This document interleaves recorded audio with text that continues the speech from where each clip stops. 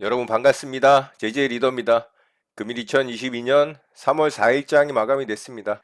자, 우리 시장 결국에는 박스권 상단부에 좀 돌파를 하질 못하고 부딪히면서 아래쪽으로 좀 하락 마감을 했죠.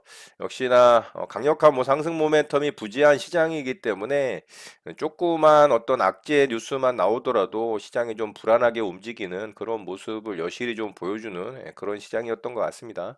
자, 오늘 아침에 좀 시장이 급락을 했죠.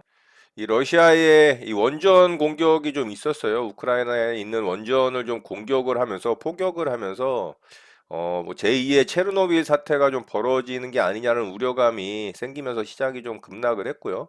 우리 시장은 아침서부터 아래쪽으로 좀 급하게 떨어졌죠. 그래서 시장 분위기가 장 초반부터 안 좋았는데 회복을 하질 못하고 좀 하락 마감하면서 상승을 이어가지 못하는 모습으로 좀 반전이 됐습니다.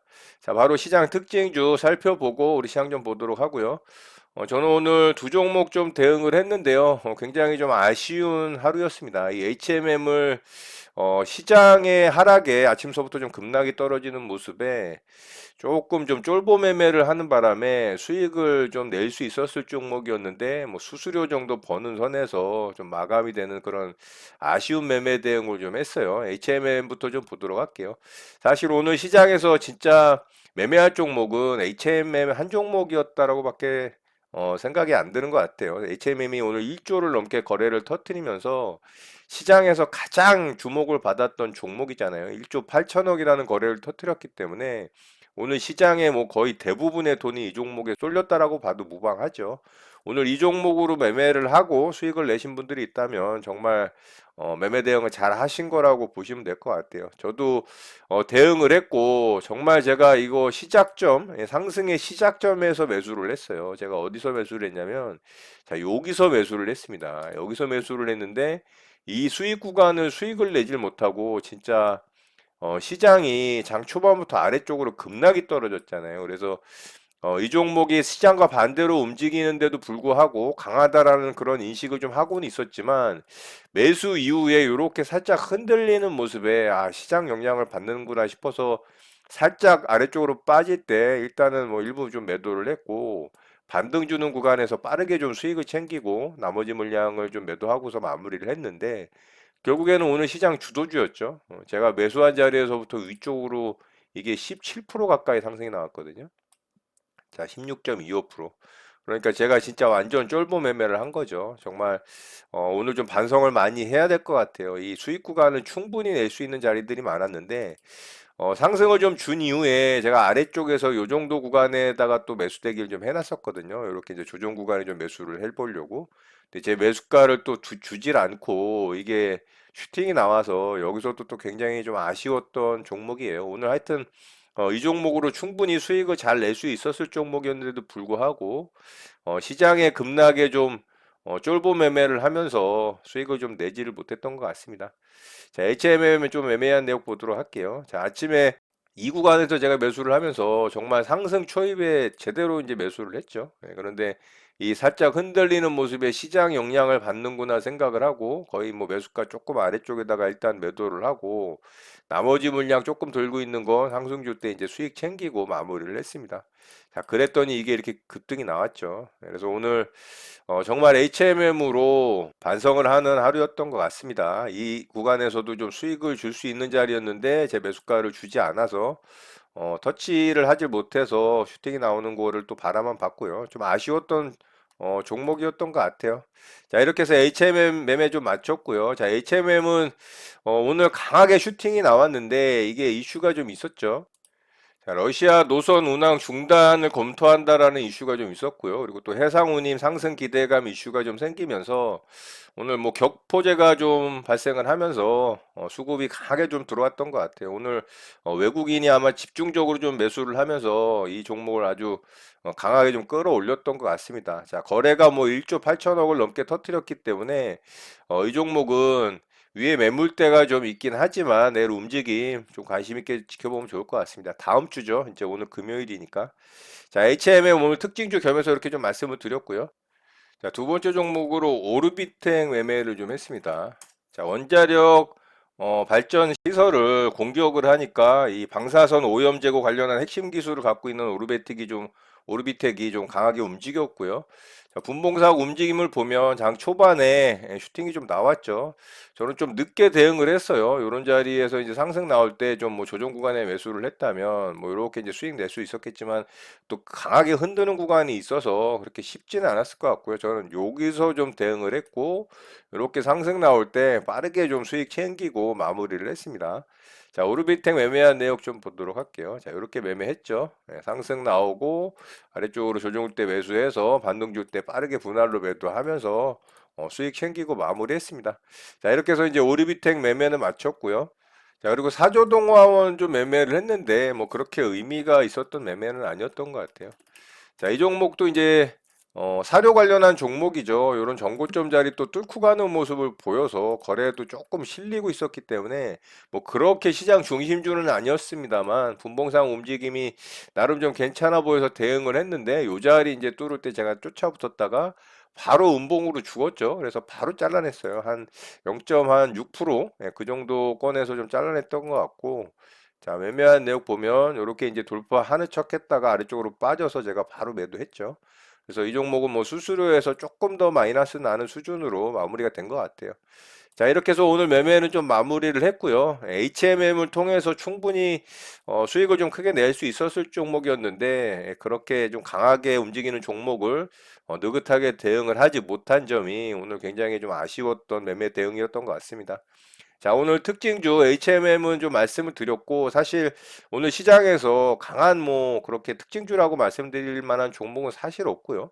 장중에 이제 박셀바이오가 또 강하게 움직였는데, 자, 이 종목은 완전 역배열 추세에서 위에 매물대가 뭐 진짜 말도 못하게 쌓여 있는 상황이라 오늘 뭐 단발적인 상승이 나오긴 했습니다만 거래 대금이 또 3,400억 정도 강하게 터지긴 했는데 일봉상의 모양이 너무 좋지 않습니다. 그래서 뭐 이 종목은 그냥 살펴보는 정도로만 좀 보시면 될 것 같고요. 자, 스톤브리지 벤처스가 오늘 또 상한가에 들어갔다가 장 막판에 이게 상한가가 풀렸어요. 상장 이제 시초가를 뚫고서 그리고 윗꼬리 매물대까지 뚫고서 상한가를 굳혔었는데 이게 장 막판에 상한가가 풀려버렸습니다. 이렇게. 물론 이제 상한가 들어갈 때도 너무 급하게 상한가가 들어가서 강한 상한가이긴 했지만 조금 우려스럽다라는 생각을 했는데 역시나 이제 풀리는 모습이었고요. 자, 재료는 굉장히 강한 재료가 좀 만들어졌거든요. 이게 직방 있어요. 직방 이제 인터넷 이 부동산 방구하는 그런 어플리케이션 있잖아요.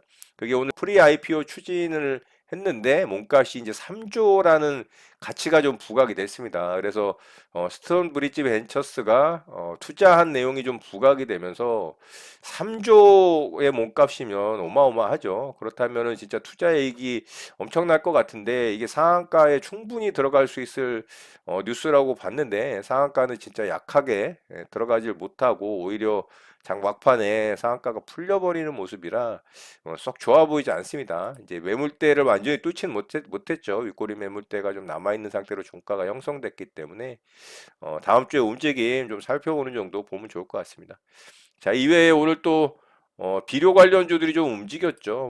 효성 OMB가 대장주로 장 초반에 좀 움직였었는데 결국에는 다 윗골이 달면서 아래쪽으로 다 빠졌죠. 뭐 조비 남해화학 같은 경우도 그렇고 그나마 효성 OMB가 장 초반부터 급등이 나오면서 대장주의 모습을 좀 보여줬는데 저는 상한가에 좀 들어가지 않을까 싶었는데 역시나 이제 시장 분위기가 안 좋다 보니까 저점을 이탈을 하면서 아래쪽으로 그냥 쭉 빠지면서 윗꼬리가 달리는 모습이라 좋아 보이지 않습니다. 그래서 이 종목도 그냥 참고하는 정도 보면 좋을 것 같습니다. 자, 오늘 특징주 이렇게 마치도록 하고요. 바로 우리 시장 좀 보도록 하겠습니다. 자, 우리 시장은 결국에는 이 고점 자리도 코스피는 오질 못하고 여기서 좀 꺾였어요. 자, 거래가 좀 실리면서 좀 빠졌고 21선을 이탈을 했죠.